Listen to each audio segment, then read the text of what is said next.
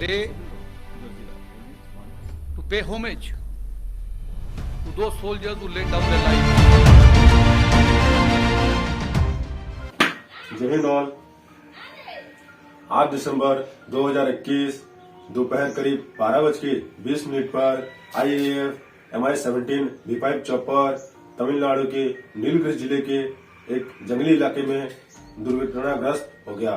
उस पर 11 सेनाधिकारी और अपनी पत्नी समेत भारत के वीर पुत्र अपनी जान गंवा दी।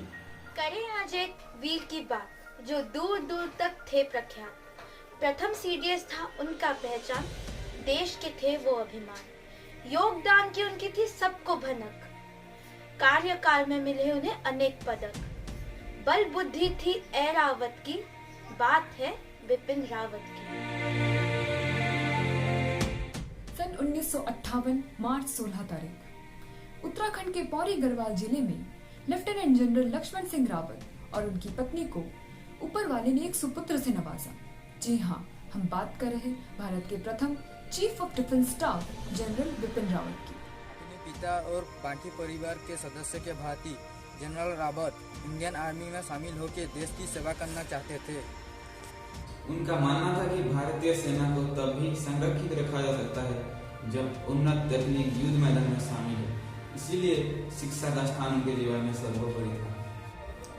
कैबलिन हाउस स्कूल देहरादून और सेंट एडवर्ड स्कूल शिमला में जनरल रावत ने अपनी शुरुआती शिक्षा प्राप्त की, जिसके बाद उन्होंने खड़गवासला में स्थित राष्ट्रीय रक्षा अकादमी में दाखिला लिया। भारतीय सैन्य अकादमी देहरादून में उन्होंने प्रथम श्रेणी में स्नातक की डिग्री प्राप्त की, जहां उनके बेहतरीन प्रदर्शन के लिए उन्हें स्वॉर्ड ऑफ ऑनर से नवाजा गया।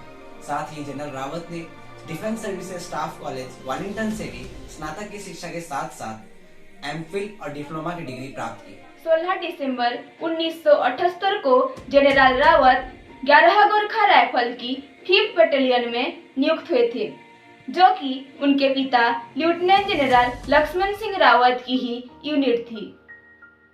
उन्होंने भारतीय सेना में अपने योगदान के साथ कई आतंकवाद विरोधी अभियान का संचालन भी किया था। चीन और पाकिस्तान जैसे नापाक इरादे रखने वाले पड़ोसियों से देश की एक बड़ी चुनौतियों के बीच जनरल बिपिन रावत एक भरोसे का नाम था।